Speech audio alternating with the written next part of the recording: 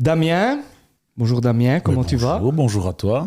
Merci d'accepter cette invitation pour cette première émission du Break deuxième saison. On a changé un peu les habitudes, on a décidé de se mettre plus chill, fauteuil, etc. Quel honneur de commencer la saison avec toi comme ça. 30 minutes en bonne compagnie, dans une discussion, de dire un peu, voir un peu toi, qui tu es, qui est l'homme derrière Damien Huppé. Si tu devais d'abord te présenter, je le fais en quelques mots, mais Huppé Assurance, Poker One, compétiteur, mauvais perdant. C'est ce qu'on m'a dit. Damien Huppé peut se disputer sur un pierre papier ciseaux. Il peut se disputer. J'ai été longtemps un gros mauvais perdant et le poker m'a appris à l'être moins. Je vais pas dire plus du tout, mais moins. Je peux encore l'être au paddle, hein, effectivement. Passion qu'on a en commun. Mais donc Damien Huppé, moi j'ai 41 ans, licencié en sciences éco du côté de la FUCAM à Mons, collège Sacré-Cœur à Charleroi pour tout ce qui est cursus en rénové. Et oui, maintenant administrateur du bureau d'assurance Huppé à Fleurus. Et depuis 5 ans maintenant, j'ai créé une société qui manage une team de joueurs de poker pro et média poker en Belgique. Comment justement, parce que c'est vrai qu'en préparant l'interview, je me suis dit qu'on avait plein de passions en commun. Déjà, les études, moi j'ai fait à Waroké, mais on a fait les mêmes études. Et puis poker. Si je ratais, j'allais à Waroké. tout de suite, il est agressif. Le tacle direct. Il est agressif. Comment t'es tombé finalement dans le poker? Est-ce que tu as commencé en tant que joueur, comment? Écoute, je pense que c'est un peu comme tout le monde, c'est-à-dire avec d'abord des amis où tu joues des petites parties à 5 €, 10 €, tu joues un peu pour rigoler, pour t'amuser. Je devais avoir quoi? 27, 26, 27 ans, j'avais des petites parties où on tournait les uns chez les autres avec des petits classements un peu comme en Formule 1 avec des points, 9 points le premier, déjà on faisait des prix. Oui, c'était gai, on avait un petit tableau Excel, on tournait l'un chez l'autre et celui qui recevait accueilli avec des pizzas et donc c'était très très bon enfant. Et en fait en 2014, janvier 2014 pour être précis, j'ai la chance d'aller faire le France Poker Series. J'avais eu à l'époque un financier qui croyait déjà un peu en nous et qui avait investi un peu d'argent sur moi, sur Jérôme Sgorano, qui lui est un top joueur belge, puisqu'il frôle le million d'euros de gains sur Hendon Mob GPI. Ah oui. Pour revenir, pour ceux qui connaissent pas trop le poker, Hendon Mob GPI, c'est un peu comme le classement ATP. Donc quand un joueur dit tiens je suis bon, il suffit d'aller voir sur Global Poker Index et tu vois vraiment s'il est bon. Et donc, mais lui est vraiment bon, il est dans les 10 plus gros joueurs sur Hendon Mob. Et donc on est parti avec lui au France Poker Series et j'ai fait sur 1700, 1800 joueurs, je crois que je termine 62e. C'était en plus un tournoi à 1100 €, c'était mon plus gros tournoi que j'avais jamais joué. Je me suis dit tiens, il y a peut-être ça peut être un peu sympa. Puis hop, je crois que 2 mois après je rejoins 20 €, donc plus rien à voir avec et là je termine 2e. Aussi sur 800-900 joueurs à Poker Belgique à Namur, au casino de Namur. Et c'est enchaîné d'un autre tournoi au 440 où je fais aussi une table finale 6e. Et donc je me suis dit, il y a quand même des résultats. Maintenant on va étudier le jeu, quoi. Donc j'ai commencé à acheter des bouquins, un 2e bouquin, 3e bouquin, 4e bouquin, m'abonner à une revue Live Poker. Et puis les résultats ont commencé à suivre, ça se passait un peu mieux. Alors on est loin d'être dans les meilleurs, mais on essaie d'être bien. Et puis je me suis dit, tiens, j'ai eu la chance avec Pierre Neuville, qui est un monsieur de 75 ans. Grand joueur de poker belge que j'ai eu la chance on peut le dire maintenant, c'est plus un secret, de financer une petite partie lorsqu'il a terminé 7e au championnat du monde de Las Vegas dans le tournoi à 10 000 $. Et j'étais un de ses backers. Et donc j'ai pu assister à la finale au November 9 en 2015. Où il termine 7e pour 1 240 000 $, plus ou moins. Et c'était un des meilleurs résultats belges à l'époque, puisqu'il n'y avait jamais eu aucun belge en table finale du main event. Et là, vraiment, l'idée a germé vraiment de me dire, tiens, il y a quelque chose à faire en Belgique, il n'y a pas de société, il n'y a pas de cadre fiscal très clair.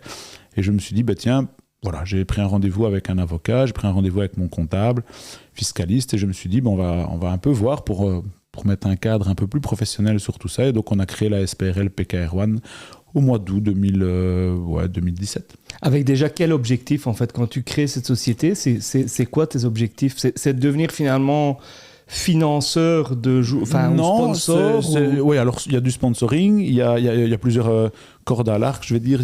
Effectivement, on a du sponsoring avec certains joueurs.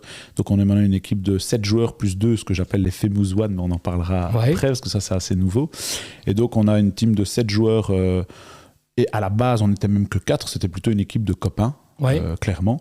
Je pense à Rico, à Alyosha, même à l'époque à Mustapha Kapan. Et puis pour finir, on s'est dit, maintenant on veut passer une étape et crédibiliser un peu plus la team. Et donc on a été chercher des profils plus forts que ce qu'il y avait dans la team. Et donc là, est arrivé Yannick Hansen, qui est vice-champion de France en 2018 pour 106 000 €, donc c'est pas mal. Yannick Hansen, on a eu Jean-Marie Van Den Born, qui est un des meilleurs amis de David Iquitai, qui est dans la team Winamax de Patrick Bruel, qui est un de ses meilleurs amis, qui est venu aussi, qui travaille avec Michael Gatti, les frères Schumacher et Thomas Boivin, qui sont pour moi ce qui se fait de mieux en Belgique au niveau technique, poker. Et donc, on a la chance d'avoir un gars de la team mais qui est dans leur groupe de travail. Et donc, ça aide.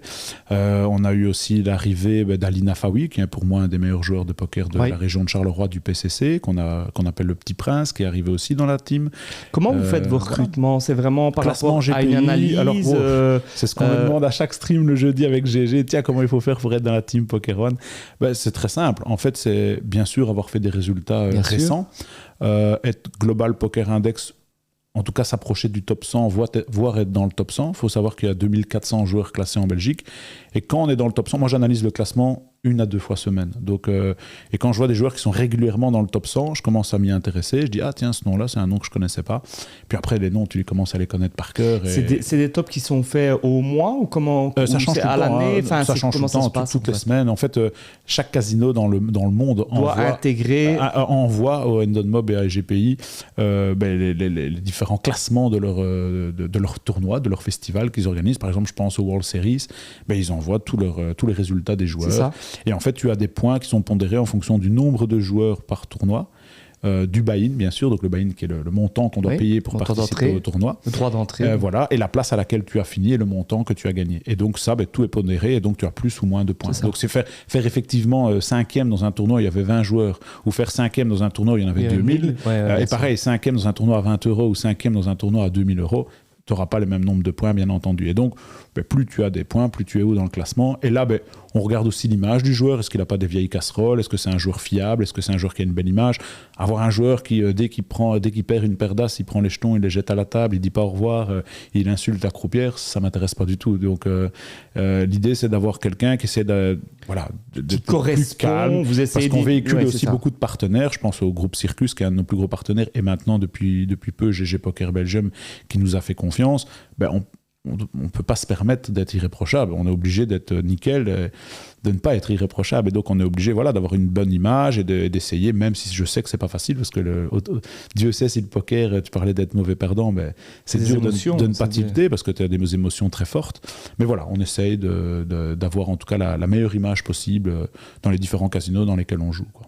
Et toi, au niveau poker, est-ce que du coup, tu as dû faire un peu un pas de côté en gérant tout ça, ou tu es toujours dans le jeu en se disant non, moi mon objet, ce que j'aime c'est être à la table, ou toi tu trouves ton bien-être dans justement la gestion de cette équipe, un peu des deux? Les deux, vraiment les deux. Je prends autant de plaisir. Par exemple, le jeudi, je joue quasi jamais, et on est au studio GG pour faire du streaming sur Twitch avec la chaîne GG Poker Belgium. J'y joue peut-être 4 fois par an sur les 40-45 dates de stream. Et pourtant, quand je fais le host, je fais un peu comme tu fais aujourd'hui. On invite aussi des invités, des guests et autres. Et moi, je prends mon kiff aussi à discuter avec d'autres personnes. Alors que pendant ce temps-là, j'ai mes 2 joueurs de ma team qui sont en train de jouer online sur GG Poker Belgium. Mais j'y prends autant de plaisir. Donc même en jouant pas, après, c'est sûr que c'est toujours plus agréable de jouer. Et moi, ce que je préfère, c'est... partir avec certains membres de la team à l'étranger et faire des petits festivals, comme ici on a l'occasion d'aller bientôt à Spa tous ensemble tout un week-end, et puis après à Bratislava fin septembre, début octobre pour le Winamax Open. Là c'est vraiment gai, parce que tu vois, t'es ensemble, on partage des chouettes moments, aussi bien au niveau poker que privé, et maintenant j'ai pas peur de le dire qu'après autant d'années, chaque joueur de la team est devenu un ami. Donc on va manger l'un chez l'autre, on partage tellement de choses et des émotions très fortes. Je pense à il y a 2 semaines... Les gens ne se rendent pas toujours compte. Moi, j'ai eu cette passion. J'y joue moins pour l'instant, mais c'est vrai que c'est un vrai sport, en fait. Les gens pensent que finalement, si tu veux... D'ailleurs, moi, c'est ce qui a fait à un moment donné que je me suis un peu arrêté, c'est qu'il fallait que j'étudie. Je me disais, maintenant, si tu veux passer un cap, il faut étudier beaucoup.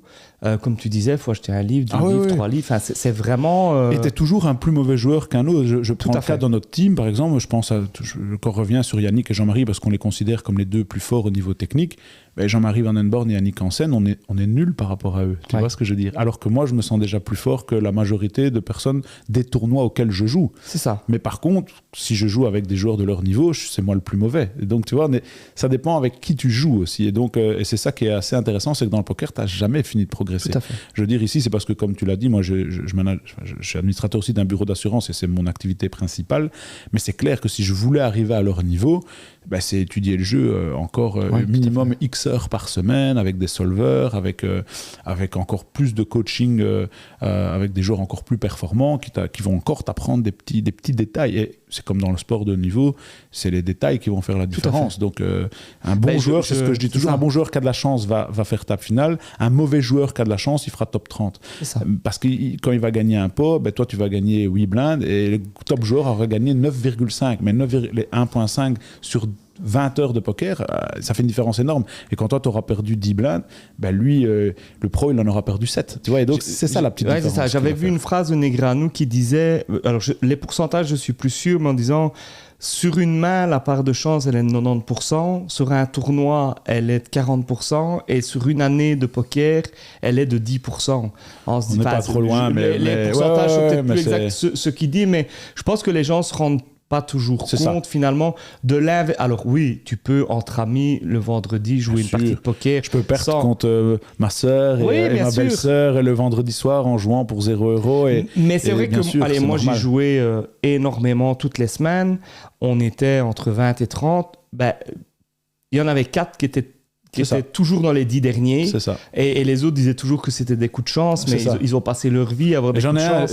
Dans une partie privée, on n'arrêtait pas de me dire mais ton joueur, il a vraiment de la chance. Je dis, les gars, après un an, vous pensez vraiment encore que c'est vraiment un joueur que vous dites chatard? Je dis, à un moment, il faut juste admettre qu'il fait des trucs que vous faites juste pas. Tout à fait. Et donc, c'est pour ça qu'il est là. Et moi, c'est ça, j'avais eu le problème du poker, c'est on pense tous avoir un meilleur niveau que ce qu'on a vraiment.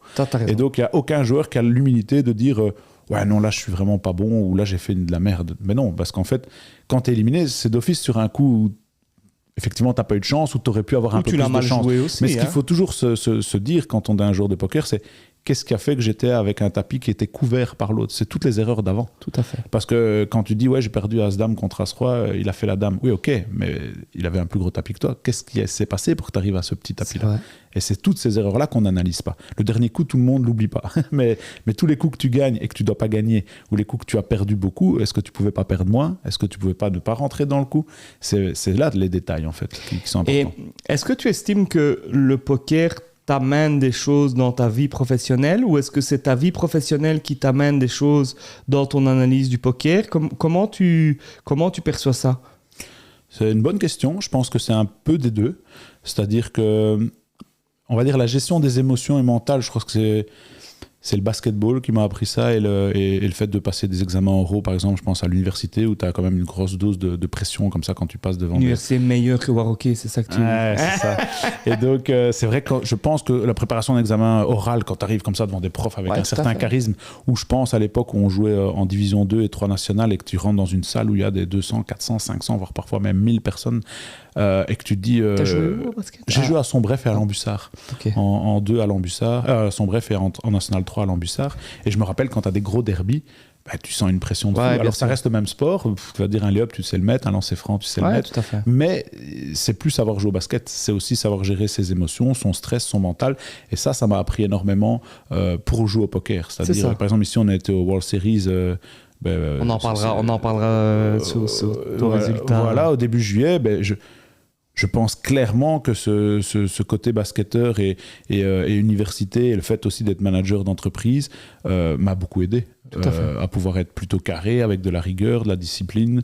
On m'a dit que tu étais un joueur discipliné. C'est ce qu'on m'a dit, Damien. C'est un joueur méthodique, discipliné. C'est un vrai... Alors, je pense qu'en fait, comme je connais mes carences techniques, une fois par rapport au gars de ma team, je suis loin d'être le plus fort au niveau technique. Et donc, je dois combler. Tu sais, c'est un peu comme un joueur de football qui sait qu'il est un peu plus fort, qui va grand, qui est pas rapide. Dribbles, il doit compenser avec autre chose, un bon placement, un bon jeu de tête, de la vision. Et donc, moi, je sais que ça, c'est ma petite lacune, parce que même si j'ai lu des livres, même si je vais progresser, et même si sur la plupart des joueurs, je me sens plus fort, mais malgré tout, sur des plus hauts niveaux, je ne suis pas du tout à leur niveau. Donc, il faut que je corrige sur une discipline, sur du sport, sur de la méditation, sur l'analyse à table comportementale, voir un peu les timings que prennent les joueurs, timing de tournoi. Et c'est ce qu'on appelle de l'expérience, je pense. Et c'est ça qui va faire que tu vas te dire, tiens, voilà, là, je fais un petit peu la différence, aller dormir plus tôt, alors qu'avant, j'aurais pu faire la fête jusqu'à toutes les heures. Mais là, de dire non, ici, on va rentrer, maintenant, on va aller faire un peu de sport, et on va avoir la tête un peu plus fraîche, et faire peut-être justement moins d'erreurs pour combler ça, ces lacunes techniques. J'avais les bonnes infos, parce qu'on m'a dit, autant il peut être fêtard à certains moments, autant à un moment donné, quand il est dans un truc de compétition, méthodique et discipliné. Ici, à Vegas, je me suis surpris moi-même, parce que c'est quand même la ville où il y a tous les vices et les possibilités de s'amuser, et Dieu sait si j'aime boire un verre et m'amuser. Mais là, j'étais tellement focus sur mon truc, non, j'ai pris exprès 2 jours off où je me suis reposé, j'étais à la piscine, pris le soleil, je me dis ici je vais vraiment me concentrer, bien dormir, pas faire d'erreur, parce que la moindre erreur était d'or en fait. C'est aussi ça le poker. C'est ça. Moi, donc, c'est 5 niveaux tu vis de 2 des heures. soirées où au final il ne se passe rien pendant 4 heures, tu fais une erreur parce qu'à ce moment-là tu es fatigué ou quoi. Tu sais, je connais des joueurs qui savent pas folder une main, tu vas leur demander même un exercice, de leur dire pendant 3 heures tu regardes tes cartes, tu joues pas une main. Ouais. Ils en sont incapables. Et je peux te citer plus de 1 joueur qui en est incapable. Et donc, tu vois, il y a déjà rien que cette maîtrise-là. Et là, on ne parle pas de technique, on ne parle pas de poker. On parle de patience et d'accepter de ne rien faire pendant autant de temps. C'est ça. Et donc, ou d'analyser. Donc, je pense qu'il y a vraiment beaucoup de paramètres même que beaucoup de joueurs négligent. Mais c'est un peu... David Iquita, il disait, il n'y a pas longtemps, j'ai seulement intégré l'importance du sommeil. Et on parle de David Iquita, qui est le meilleur joueur belge, c'est le génie. Et je discutais de ça encore avec lui, il me disait, mais maintenant, je suis papa, il dit, il a intégré vraiment d'autres choses dans son jeu, et le talent, il a ce petit quelque chose en plus. Mais voilà, il a pris l'importance aussi de la nourriture, je pense à Thomas Boivin, qui prend des douches froides avant son truc, qui va se faire une retraite dans les montagnes ou dans d'autres pays, et après, bien sûr, il étudie, il a son PioSolver, il a ses cours techniques, mais il a vraiment intégré d'autres parties pour être, comme il dit, une meilleure personne, et je pense qu'il a raison. J'ai vu un post de David ici dernièrement, où je ne sais plus quelle série de tournois il n'a pas fait de place payée. Et en fait, il dit il faut que je retravaille. Et donc, même à un tel niveau, il conçoit le fait de dire maintenant, il faut que je retravaille parce que... Mais tu dois savoir que David est celui qui est, sur Random Mob, le joueur qui a le gagné le plus en Belgique, mais... Techniquement parlant, dans la Team Wina, c'est loin d'être le plus fort. Donc, je parle vraiment purement technique. Tu as des gars comme João Vera, le portugais, ou même Adrián Mateos Diaz, l'espagnol, sont beaucoup plus forts que lui au niveau pur technique. Parce que voilà, c'est des gars avec plus de statistiques, de mathématiques, qui ont intégré beaucoup plus de paramètres dans leur jeu.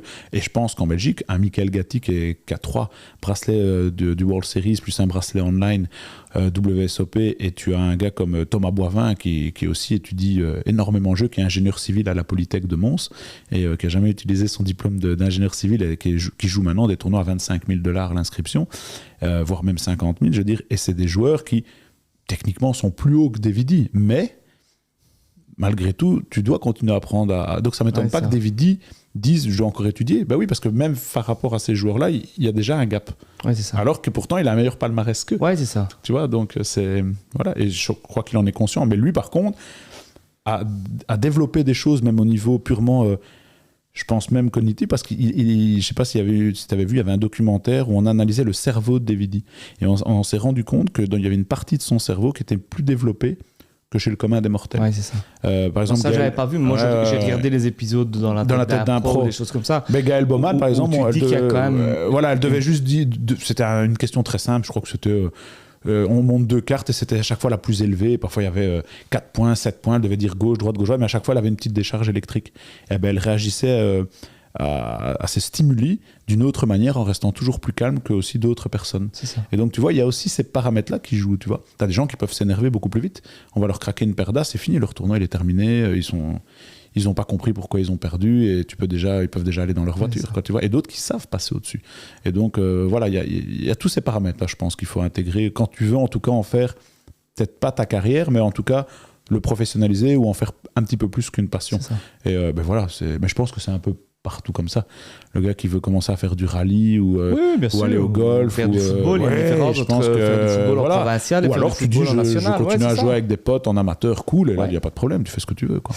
Bon, et donc ton expérience à Vegas, comment ça se passe que tu décides de partir avec enfin, que vous décidez avec ta team de partir à Vegas, comment finalement cette décision arrive? Alors, on était parti déjà Après, avec on parlera du résultat, mais Ouais, d'abord... on était parti avec la team déjà en 2018, Ouais. en plein mois de juin. Ça s'était pas trop mal passé, mais on n'avait pas joué le main event. Donc le main event, pour rappel, c'est un peu la Coupe du Monde Ouais, du c'est poker. C'est le Graal. C'est un tournoi à $10 000. droit d'entrée, 10 000 Droit d'entrée $10 000, qui réunit toujours entre 8 000 et 10 000 joueurs de la planète, qui se organisaient toujours au Rio à Las Vegas. Cette année, c'était la première fois qu'il s'était organisé au Belize Paris, qui était beaucoup mieux, puisque c'est sur le strip de Las Vegas. Pour ceux qui connaissent Las Vegas, c'était carrément dans le centre de Las Vegas, en face du Bellagio. Et donc, il est beaucoup mieux situé, pas de problème de clim, etc. Et donc, on s'était dit, on va aller maintenant jouer ce tournoi. Mais pourquoi est-ce qu'on a joué ce tournoi? Parce que tout le monde me dit, tiens, t'as été mettre $10 000. Non, pas du tout. J'ai eu la chance d'être sponsor par GG. En fait, on a signé juste pendant le Covid, en octobre, novembre, décembre 2021, un contrat avec GG Poker. GG Poker, c'est simplement un site qui te permet de jouer au poker sur Internet. Tel que PokerStar, en fait. Tel que PokerStar, Unibet, Winamax en France. Ça. Et donc, ils sont arrivés en Belgique août 2021. Ils cherchaient un ambassadeur pour la Wallonie. Ouais. On a été contactés, le rendez-vous s'est très bien passé et ils étaient très contents de ce qu'on a fait en octobre, novembre, décembre. Et puis, ils nous ont dit, en 2022, on fait un nouveau contrat avec vous. Vous streamez tous les jeudis soirs pour le Poker One Show et vous véhiculez l'image de GG Poker sur les réseaux sociaux et vous jouez avec les écussons GG Poker dans tous vos tournois live. Et en plus, et c'est là qu'intervient World Series, on vous offre 2 packages World Series avec hôtel plus l'inscription à $10 000 offert par GG Poker. J'ai dit, waouh, là c'était vraiment la cerise sur le gâteau, tu t'y attends pas. Tu passes dans une autre dimension avec finalement Poker One. Poker One, oui, tu passes une autre dimension grâce à GG Poker qui là est international et c'est le plus. Il faut savoir que GG est plus gros que PokerStar. Donc en fait, GG c'est le plus gros site au monde de. Ah bon, je pensais ils sont numéro 1 au Canada, numéro 1 en Allemagne, numéro 1 en Asie et numéro 1 dans plusieurs pays d'Amérique du Sud. Okay. Et donc, j'étais persuadé que c'était PokerStar qui était. En fait, c'est parce que tu as entendu que PokerStar pendant des années en Belgique, qui lui avait le leadership. Mais parce que GG ne pouvait pas rentrer sur le marché belge. Et là, maintenant, ils ont fait toutes les démarches pour rentrer sur le marché belge. C'est comme en France, que tout le monde parle de Winamax. Ouais, c'est ça. Alors que Winamax n'est pas du tout leader mondial. Mais par contre, pour un Français, il est leader en France. Il faut savoir qu'en Belgique, tu ne peux pas jouer au poker sur n'importe quel Non, par exemple, site. Winamax, on ne sait pas jouer. C'est ça, tout à fait. Il y a des sites sur lesquels on ne peut pas jouer et en fait, ils doivent être liés. Moi, j'ai commencé à jouer sur Everest Poker. Ah oui, et Everest Poker, je pense que ça. Je ne suis même pas sûr que ça existe encore, mais en tout cas, tu ne peux plus. Everest Poker. Parce que on a organisé avec Valerio le premier salon du poker en Belgique. On a organisé le premier et le deuxième. Il n'y avait pas à Jean Blou aussi? Le premier à Marchienne, le deuxième, on l'a fait à la distillerie de Biercé. Ouais. Et puis après, il y a une autre équipe qui l'a fait à Jean Blou. Et nous, voilà, comme il y en avait un autre. Et on a eu Michel Abécassis, qui était venu, qui était celui qu'on voyait à la télé, parce qu'il y avait des émissions avec Abécassis et Patrick Bruel. Dans la tête d'un pro aussi, c'est lui qui faisait la voix off. C'est ça. Après, il a arrêté, mais et donc ils sont venus chez nous. Et Everest Poker, ils sont venus chez nous aussi. Michel Abécassis, il est aussi une figure importante du poker. En France, c'est lui et Patrick Bruel qui à un moment donné mis le. Et maintenant, ils ont même eu la chance d'avoir. D'ailleurs, on a été invité avec. Puis Winamax, ils sont dans les concepteurs, je pense, les deux. Ils étaient à deux, même actionnaires. Il y avait Patrick Bruel, maintenant il ne l'est plus, mais il l'était. Ils ont Coolchen aussi comme joueur. Tout à fait. Et Abécassis, lui, il était à la base champion de bridge. Oui, c'est vrai. Et il est retourné, je pense, parce que je le suivais à un moment donné, il est retourné, il a arrêté le poker, il est retourné. Et Elki, il était aussi champion, peut-être pas du monde, mais aussi dans un jeu StarCraft. Ah ouais, c'est ça. C'était un terrible joueur de backgammon et à StarCraft. Et tu vois, il est tombé dans le poker. Bertrand Elki, Gropelier. Et t'as comme ça des gens. Moi, par exemple, j'en ai un dans ma team, je ne savais pas. Je l'ai appris quelques mois après que je sois rentré dans la team, qui était en fait super fort à Counter-Strike. Alors moi, je suis nul, je ne sais pas jouer. T'es pas gamer J'ai joué beaucoup à PES, Pro Evolution Soccer, puis après FIFA. un petit peu les jeux de basket à l'époque sur Commodore 64. Là, on parle aux anciens. Hein. On parle le joystick avec juste le bouton. Ouais, avec le joystick avec la boule rouge. Voilà, Gyrus et tout, hein, tu vois, les vieux jeux. Mais non, et donc, oui, j'ai adoré jouer à la Super Nintendo, puis après à la PlayStation. Mais après, j'ai arrêté. Je crois que peut-être il y a 10-15 ans, j'ai complètement décroché de tout ça. T'as plus beaucoup de temps après quand tu veux développer d'autres passions. Et donc voilà, pour revenir sur World Series, merci GG, parce que c'est grâce à eux, et donc on a pu vivre. Et donc tu pars vous partez en équipe. On part avec toute la team. Il y en a qui partent le 27-28 juin. Moi, j'arrive là le 2 juillet. Je crois le 1er 2 juillet. Je décide de, justement, déjà. Au niveau rigueur, j'avais décidé de déjà jouer le dernier D1 du main event, donc c'est-à-dire qu'il y a 4 D1. Tu vas que pour jouer le main event, toi, en fait?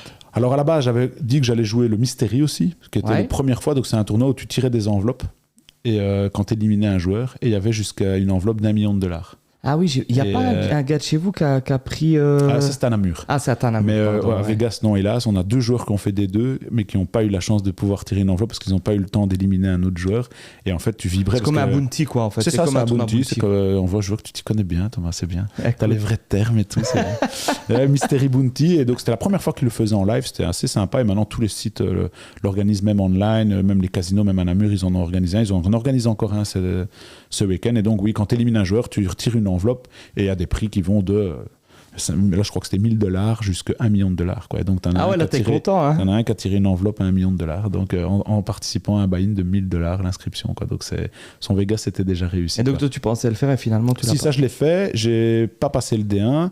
J'avais fait d'abord, en arrivant dans le vieux Vegas au Golden Nugget, un tournoi à $400, où là, il y avait 1000 et des joueurs. Là, je suis content parce que je commence bien. Je crois que je fais 30 ou 50e et je prends déjà une belle petite somme d'entrée de jeu, donc ça me mettait déjà un peu en confiance. Et voilà, et puis t'es pas venu pour rien. Tu dis déjà t'es pas venu pour rien. J'étais déjà pas venu pour rien. D1A, D1B, D1C, je le joue pas.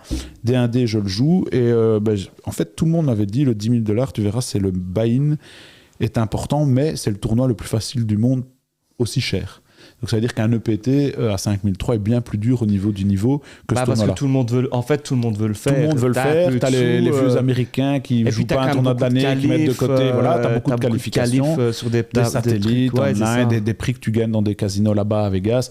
Et donc du coup, tu te retrouves à une table où en fait, moi j'étais super surpris du niveau. Je me suis dit, waouh.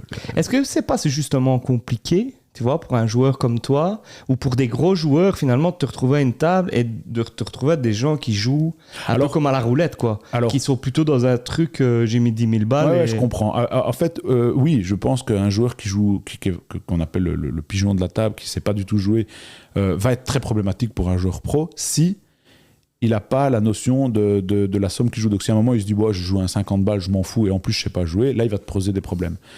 Mais là, c'était un 10 000. Et donc, du coup, quand même...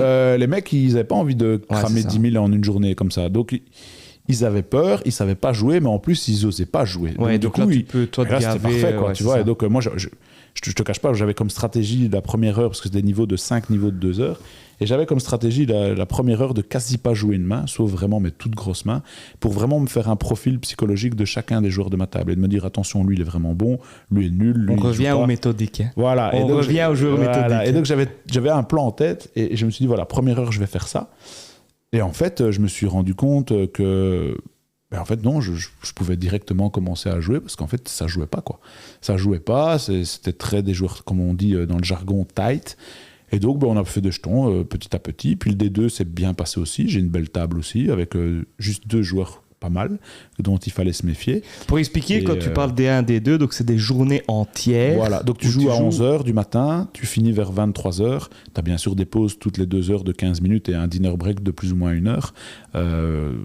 Après 3 niveaux de 2 heures, tu as un break d'1h15 pour aller manger. Puis tu reprends. Et puis après, en fait, les qualifiés des D1, il faut compter qu'il y en a plus ou moins 30-35% qui passent. Donc, s'il y a 1000 joueurs, tu en as 350 qui vont passer. Et donc, dans les 9000 joueurs qu'il y a eu donc 3000 qui ont été répartis sur 1005 et 1005, plus ou moins, au D2A et D2B. Et donc, les D2A, c'était les qualifiés du D1A et du 1D1B, et D1C, D1D pour le D2B. Et puis après, on se retrouvait tous ensemble, les qualifiés des D2 au D3. 1005. Et fin de D3, là, il y avait 1300 places payées. Okay. Et donc, il fallait être dans les 1300 derniers pour commencer à avoir une place payée à 15 000. Et comment ça se passe quand il en reste 1350? T'as un stress incroyable. En plus, il y a toutes les caméras là-bas aux États-Unis, ils sont très chauds. Hein. C'est le show à fond. C'est les photos, les photographes, ils ferment tout. Ils appellent all in and call. Ils bloquent tout le tournoi. Ils vont de table en table pour voir. Et puis donc, tu vois, sur un énorme écran, 1430, 1395, tu viens de voir qu'il y a 25 joueurs qui viennent de bust. C'est tellement énorme que. Ça. Et là, tu te dis, bon, allez, plus que 95. Puis après, et là, ils arrêtent le tournoi et chacun joue une table. Si, là, je suis encore bien, pas super bien. Et là, j'adopte aussi une nouvelle stratégie qui est de tout folder pour ne prendre aucun risque et d'aller chercher cette perf. Parce que comme je ne l'ai pas payé le tournoi, c'est 100% net. C'est du full net. C'est pas comme si tu avais payé les 10 000. Et donc, je prends la stratégie de même pas prendre le risque des 20%, de me faire craquer les as, par exemple. Parce que tu dois savoir que même tu fais all-in les as, tu peux le faire. Hein, et après, je crois que la deuxième fois, je prendrai plus de risques. Mais la toute première participation, tu as envie de faire une ligne américaine, un résultat dans ton truc, et tu n'as juste pas envie de raconter dans l'avion une mauvaise histoire. Si tu avais eu le même tournoi à Namur, peut-être que la bulle t'aurait profité pour essayer de voler ou des choses comme ça. J'ai busté 1332e, j'avais les dames, il avait As-Valet, il a fait l'As, voilà, j'ai perdu. Ah oui, ok. Tu foldes les As durant ce moment-là ou... Je pense que oui. Ouais, je pense que oui. Alors après, ça a fait tout débat parce qu'en fait, j'avais tous mes joueurs de ma team et tous mes amis qui étaient à l'arrière. Donc, vu où j'étais mis, il y avait une barrière, mais ils savaient voir mes cartes et donc je leur montrais parce qu'en fait, tu joues une main sur toutes les tables et le croupier se lève. Et quand tous les croupiers se sont levés, on refait un deuxième tour de table. C'est pour éviter quoi ? Pour expliquer aux gens, c'est pour éviter que les gens perdent du temps. Voilà. Et c'est pour éviter que les gens perdent du temps. Et deux, pour savoir exactement qui va être le 1301e. Ouais. Parce que si tout c'est le bordel, tout le monde joue, tu sais plus s'il y a eu 20 éliminés. Puis boum, on se retrouve à 1297. C'est lesquels 3 qui sont payés. Et donc, ils arrêtent et ils font ce qu'on appelle le main par main. Et donc, voilà. Et donc là, c'était fou. Et ils voyaient mes mains et j'ai foldé... Je foldais As-Dame, As-Valet et Paire de Dames. Et alors, Paire de Dames, ça a fait débat parce que c'était un joueur très agressif qui open UTG. UTG, donc c'est après les blindes. Et un autre qui 3-bet. Et ça arrive chez moi, j'ai les dames. Et normalement, techniquement parlant, je dois tout mettre. Il me reste 24 blindes, je dois faire all-in. Et normalement, ça va faire fold. Et tu prends un beau ton. Mais c'est pas systématique que ça va faire fold. Même si deux joueurs profitent de ce moment de pression, parce que tout le monde veut rentrer dans l'argent, peut-être que parfois, ils ont une main.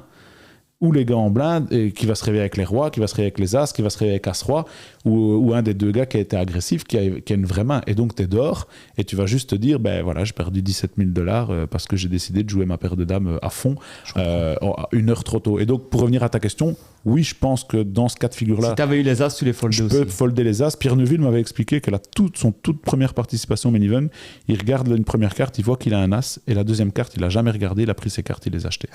Il m'a dit, j'ai peut-être foldé les as, je sais pas. Et en fait, je comprends maintenant pour l'avoir joué, parce que quand tu veux faire ta première ligne, là-bas, t'es presque obligé, parce qu'en fait, t'as 20% de chance de perdre les as. Alors on va dire, oui, mais 20%, c'est rien. Mais c'est peut-être même plus que 20%, parce que si t'as deux joueurs qui te payent, tout à fait. C'est plus que 20% de perdre les as. Et donc, du coup, c'est propre à chacun. Tu as le mec un peu gambler chaud qui va te dire, t'es fou, moi, 4 chances sur 5 de gagner, je prends ce risque-là pour essayer d'aller gagner le tournoi. C'est juste ce qu'il faut faire si tu veux aller gagner le tournoi, c'est prendre des risques. Toi, tu veux ta ligne à ce moment-là. À ce moment-là, c'est pas les mêmes objectifs. J'en parlais encore avec un ami qui est venu jouer à la maison il n'y a pas longtemps. Je disais, il faut d'abord établir un objectif. Pourquoi tu joues au poker ? Pour t'amuser, pour gagner de l'argent, pour être avec des amis. C'est quoi ta raison principale ?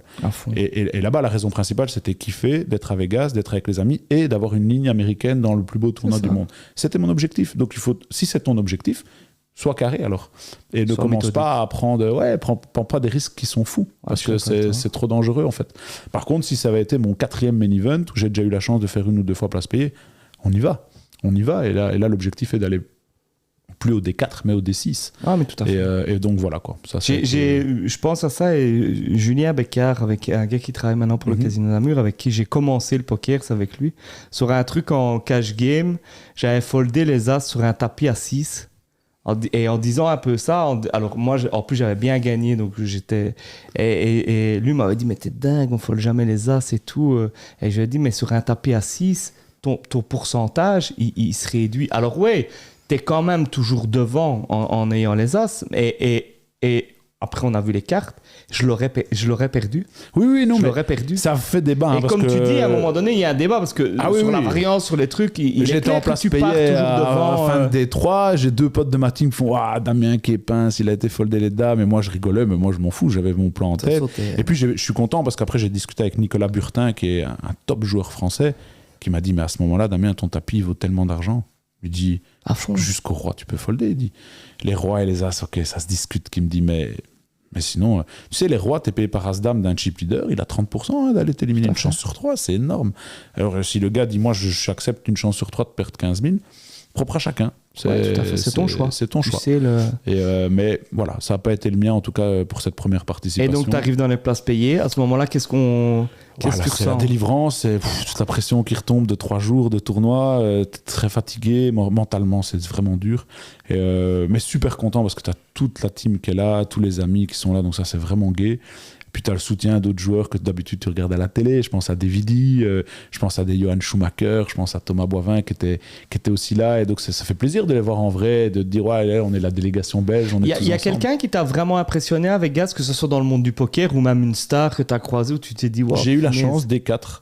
Je regarde mon site draw et là j'étais tout content parce que je tombe sur Adrián Mateos Diaz qui est le pro espagnol, numéro 1 espagnol, qui est dans la team Winamax et qu'on appelle la Machina, qui a déjà gagné des high rollers à 100 000 euros l'inscription. Donc ici il a encore gagné 1,3 million. Enfin, c'est un monstre. Adrián Mateos Diaz dans le monde du poker, il doit être top 10 mondial, tu vois. Ouais, donc, et là il est à ma table et je dis waouh, je vais pouvoir dire c'est que le seul tournoi où je peux jouer avec un gars comme ça, parce que le gars joue jamais les tournois que je joue, tu vois. Son plus petit tournoi c'est 10 000 ou 5 000, non allez c'est 5 003, tu vois, mais il joue pas des tournois en dessous de 5 000 et le gars était à la table et en fait il m'a surpris, c'est par sa prestance. Donc en fait le gars il a perdu le coup, pour finir il est éliminé avant moi alors qu'il était super bien, il est resté dans son plan et il est parti en bluff, il se fait éliminer. Et voilà, il a fait tout comme il devait faire, mais voilà, le gars l'a pas cru et il s'est fait payer par un joueur anglais, Talal. Et j'ai vu, mais aucune expression sur son visage. Le gars, c'était... voilà, j'ai fait ce que je devais faire, ça n'est pas passé. Pas d'énervement, la force tranquille, un Jedi du poker. Et le mec s'est levé, bonsoir. Bon, il était déjà à la tête dans un autre tournoi. J'ai vu le vrai professionnel, quoi. Tu vois, le gars qui est la classe à table, qui a vraiment cette prestance, ce charisme, qui fait de lui un terrible joueur, quoi, tu vois. Et donc, lui m'a impressionné. Et au niveau star connu, tu as eu... j'ai un pote, je pense pas le main event, mais qui a fait un tournoi cette année-ci avec Vegas, et qui avait Neymar à sa table. Ouais, ça, j'avoue, mais Neymar, lui, c'est pire. Il joue des tournois. Il était là... il joue lui des tournois minimum à 25 000, 50 000. Ouais, il en a. Moi, mon pote, à mon avis, il en a fait un. À mon avis, il en a fait un. Et Neymar le jouait ? Ouais, parce qu'il a été à la table de Neymar. Ah, c'est vraiment rare. Parce qu'à Barcelone, par exemple, il a joué avec Piqué et Vidal, et ils ont joué des tournois, c'est 25 000. Mais il n'a pas fait le main, Neymar. Si, mais c'est déjà 10 000. Ouais, mais je pense que c'est le main. Ah, alors c'est le main, alors ouais. Ouais, le main, c'est là où les tout gros joueurs font l'exception de le jouer, parce que voilà, c'est le tournoi qu'ils doivent jouer. Et puis, tu peux pas re-entry en plus, ce tournoi. Donc, quand tu bustes, il n'y a pas... Voilà, même si les gars ont 2 millions sur leur compte, ils peuvent pas le re-entry, tu vois. Tout le monde a la même chance, en fait. Tu parles, voilà, exactement. Et donc, ouais, non, ça c'est... Non, mais j'ai des Vidi, content de voir des gens comme Davidi. On a pris... on a vu Moundir, on était avec Daniel Riolo du RMC Poker Show. On a été invité d'ailleurs au RMC Poker Show. Il est joueur, je savais pas qu'il était Daniel Riolo, il est whip chez Winamax comme Moundir. Donc c'est pas vraiment joueur pro, mais il porte l'écusson de la team Winamax quand ils sont en déplacement. Et c'est ça que je voulais revenir. On a eu la chance. C'est ton gilet. C'est ça. On a eu signé Guillaume Gillet et Nicolas Zina depuis peu dans la team Poker One. Guillaume Gillet, donc pour ceux qui ne connaissent pas, c'est un grand joueur d'Anderlecht. Voilà, 7 ans international belge et qui maintenant était T2, T3 de Felice Mazou Anderlecht. C'est ça. Et à l'équipe première. Et donc, comment il arrive sur Poker One en fait ? En fait, ça s'est fait grâce à, je ne sais pas si tu connais, notre ami Waïb. Ouais. Super, Waïb Benegli qui fait toutes les vidéos du Sporting Charleroi, que j'adore, qui fait toutes les interviews de Poker One. C'est lui qui a fait les interviews de Davidi Kitaï. On a fait les interviews de Léon Tsukernik, le patron du Kings Casino, à Rosvadov. On a fait Kenny Allard, on a fait Terry Schumacher, enfin tous des gros joueurs de poker, Bartley Bart et tout ça. Et donc Waïb me dit tiens dame, Guillaume il est là, il adore le poker, ça te dit pas une fois que je vienne avec lui chez toi, on se fait une petite partie cool. Je dis ça fait plaisir de jouer avec Guillaume Gillet, Diable Rouge, jouer avec lui à la PlayStation. À fond, et je le prenais, ça c'est cool. Je dis ouais. Et donc il vient, le courant passe super bien. il nous réinvite chez lui à un autre tournoi qu'il organise. Le courant passe bien, puis on reprend ses assurances du coup par la même occasion, et puis après on discute à deux, puis je dis écoute, moi t'as une figure encore fort importante, connue, je dis si ça te dit avec une belle image avec une belle image, il est bien, c'est un top mec gars, classe, ouais, classe, même, beau gosse, chouette, et donc je dis écoute, maintenant tous les jeudis on a le Poker One Show, est-ce que ça te dit d'avoir un jeudi où t'invites un joueur, t'invites qui tu veux, et t'as un peu ton émission à toi dans le Poker One Show quoi. Et là tous les jeudis, ici il vient dans 15 jours de nouveau à Anvers, et là il vient jouer, et puis maintenant il porte l'écusson Poker One GG, on a trouvé un terrain d'entente, et quand son programme football le lui permet, il vient jouer avec nous dans la team. Par exemple, cette année, il a été à Vegas, pas en même temps que nous, parce qu'il devait rentrer pour Felice Mazou avant le 20-24 juin.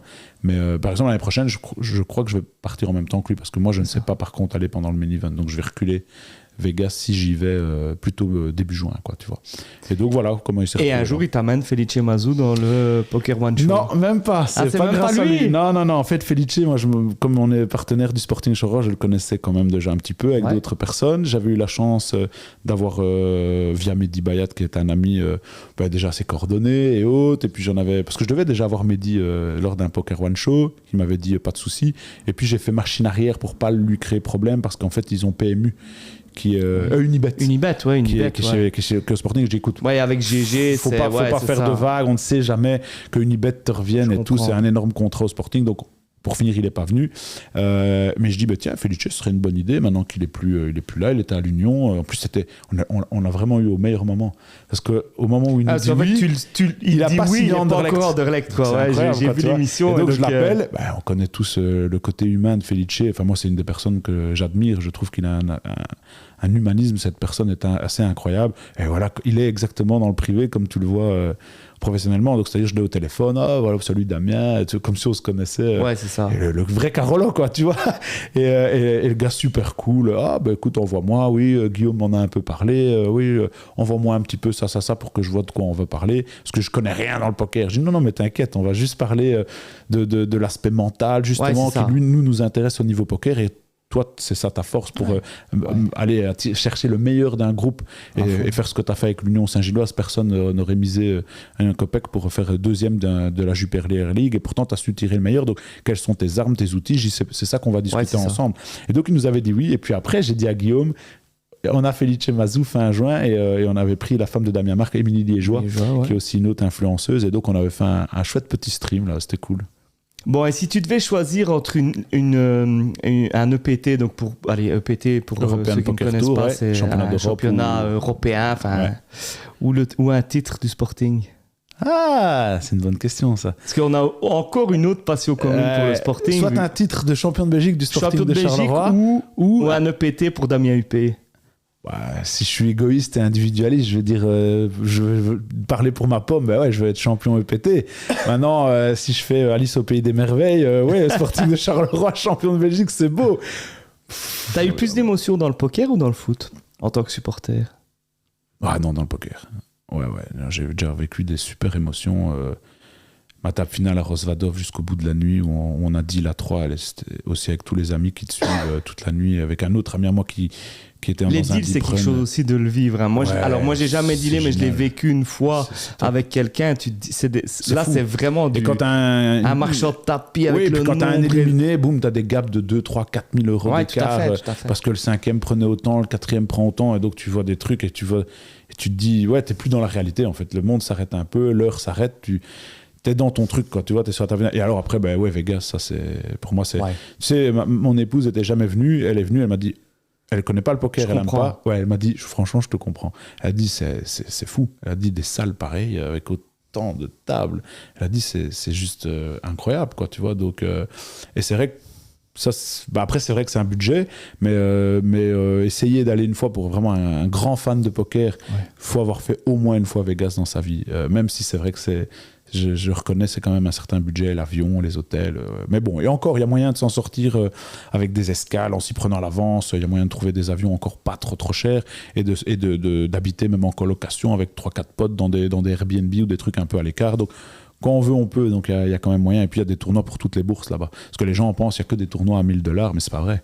Tu as des tournois à $100, des 100, $150, où il y a moyen déjà d'aller gagner des grosses sommes avant ton Vegas. Donc, Ouais. Voilà, je pense que c'est faisable en tout cas. Qu'est-ce qu'on peut te souhaiter pour la suite de Poker One? C'est quoi tes objectifs? J'imagine, te connaissant un peu et en ayant discuté avec toi, j'imagine que tu en as dans ta tête. Oui, écoute, qu'est-ce que j'aimerais bien?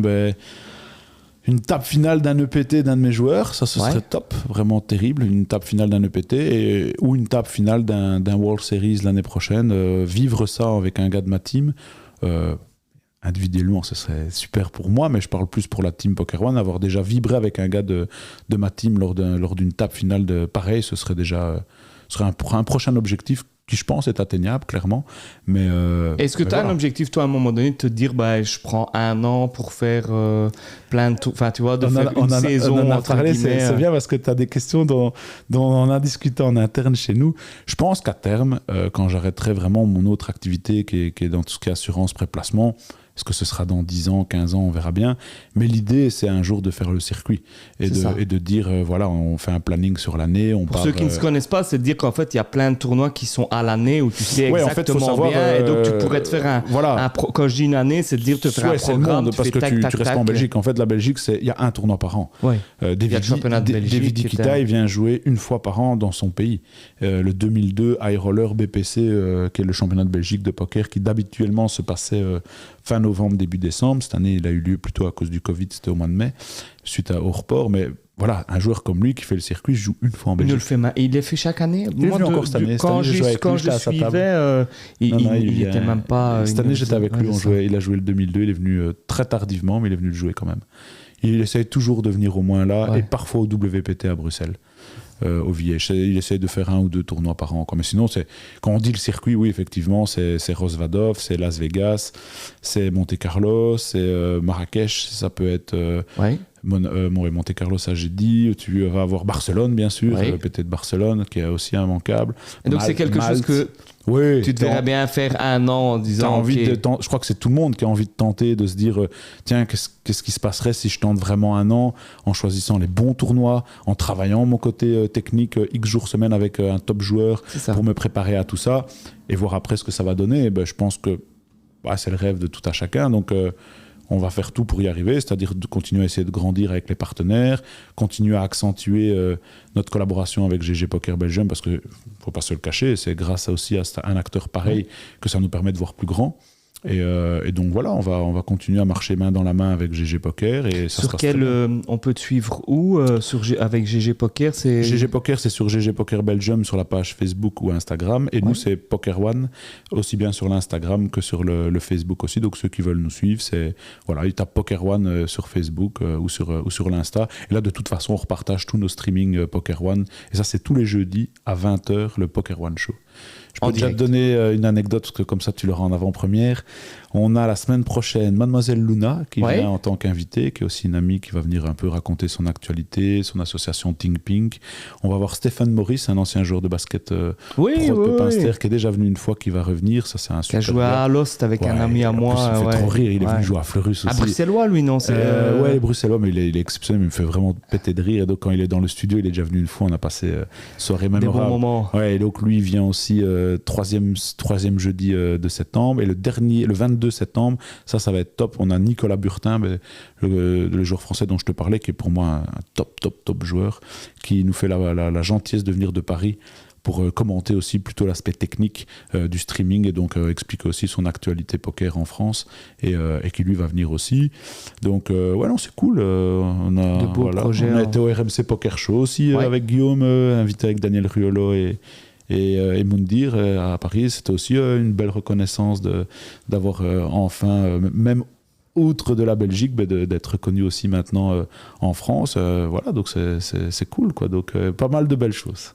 Alors on arrive tout doucement à la fin. En plus tu as des rendez-vous professionnels après, donc il faut qu'on fasse quand même attention à l'heure. Je me suis dit que ça pourrait être sympa d'inverser à un moment donné les rôles et de se dire, tiens, est-ce que toi en tant qu'invité tu aurais une question? Je précise que tu m'as pas dit quelle était la question ou quoi que ce soit, et que ça soit n'importe quel sujet. Donc voilà, si tu en en as une. C'est à ton tour maintenant. Alors, ouais, j'avais une petite question. Est-ce que tu serais partant une fois d'organiser, parce que je sais que tu connais beaucoup de gens et que tu aimes bien les défis, j'avais envie une fois d'organiser une belle table de poker où tu serais un des joueurs, mais est-ce que tu serais intéressé de faire ça dans un endroit insolite que tu trouverais à Charleroi ? Insolite. Un endroit où tu dirais, je pense qu'il y a moyen de faire style, je pourrais te donner un exemple, une table de poker sur un terri par exemple, ou une table de poker au Rockrill ou en plein centre du stade Allez, du marché Sporting. conclu. Tu trouves ça ? Mais on doit la filmer, alors il faut tout sera filmé. faut qu'on réfléchisse par GG Poker, je te trouve les gens, filmé et tout, et on fait Guillaume, un truc, moi, toi, on va dans trouver un lieu insolite touristique. Insolite. Tu trouves le lieu, tu trouves le truc. Si je me dis si t'es partant, je sais pas si toi ça te dirait. Marché conclu, direct. Voilà. J'attends ton retour et on mettra ça sur les réseaux. On va penser à ça. La table GG de l'insolite. Non, mais à fond. En plus, même au niveau, ça peut sur Charleroi montrer une image, une image de Charleroi, un lieu. Et aussi casser cette image du poker qui a été aussi. Moi, c'était mon branle-bas de combat. Tout avant le World Series, c'est justement de ne plus avoir cette image dans l'arrière-salle d'un café avec le flingue sur la table, le verre de whisky, le gros cigare. Et poker, il n'y a pas que ça, quoi. Il y a aussi tout l'aspect compétition et ça peut être très sympa. Il y a l'aspect compétition qui est super. Enfin, nous, quand on a fait le salon du poker, on a eu du mal avec la commission des jeux, des trucs comme ça, et en se disant, mais en fait, faire semblant que ça n'existe pas, c'est toujours le même problème. C'est qu'on dit, non, vous pouvez pas, ouais, mais tout le monde joue. Donc, et justement, on avait invité, c'est Montmirel qu'il s'appelait aussi, qui faisait des cours. François Montmirel, des formations. On avait même sur la psychologie, des trucs comme ça, en se disant, les gens se rendent pas toujours compte. Certains pensent que le poker, c'est comme la roulette avec des cartes, mais c'est pas... Voilà. Un petit peu, mais il y a une partie de chance. C'est ce que je dis toujours, si tu veux pas la chance, joue aux échecs. Pour moi, c'est deux jeux qui sont identiques, entre guillemets, on se comprend. Sauf que t'en as un, si t'es plus fort que moi, tu vas me battre à chaque fois, les échecs. Et t'en as un, il y a quand même une part de variance, comme tu dis, tu peux être battu par ta sœur ou par quelqu'un qui n'a jamais joué, même en étant... donc voilà.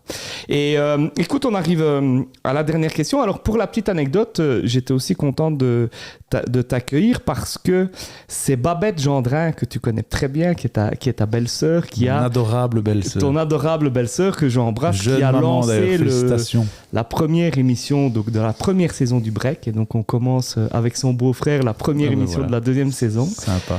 Et j'en profite pour te poser la dernière question. L'émission s'appelle Le Break. C'est l'émission qu'on pose à tous nos invités. Qu'est-ce que tu fais, toi, quand tu fais un break? C'est quoi ton break idéal? Moi, c'est...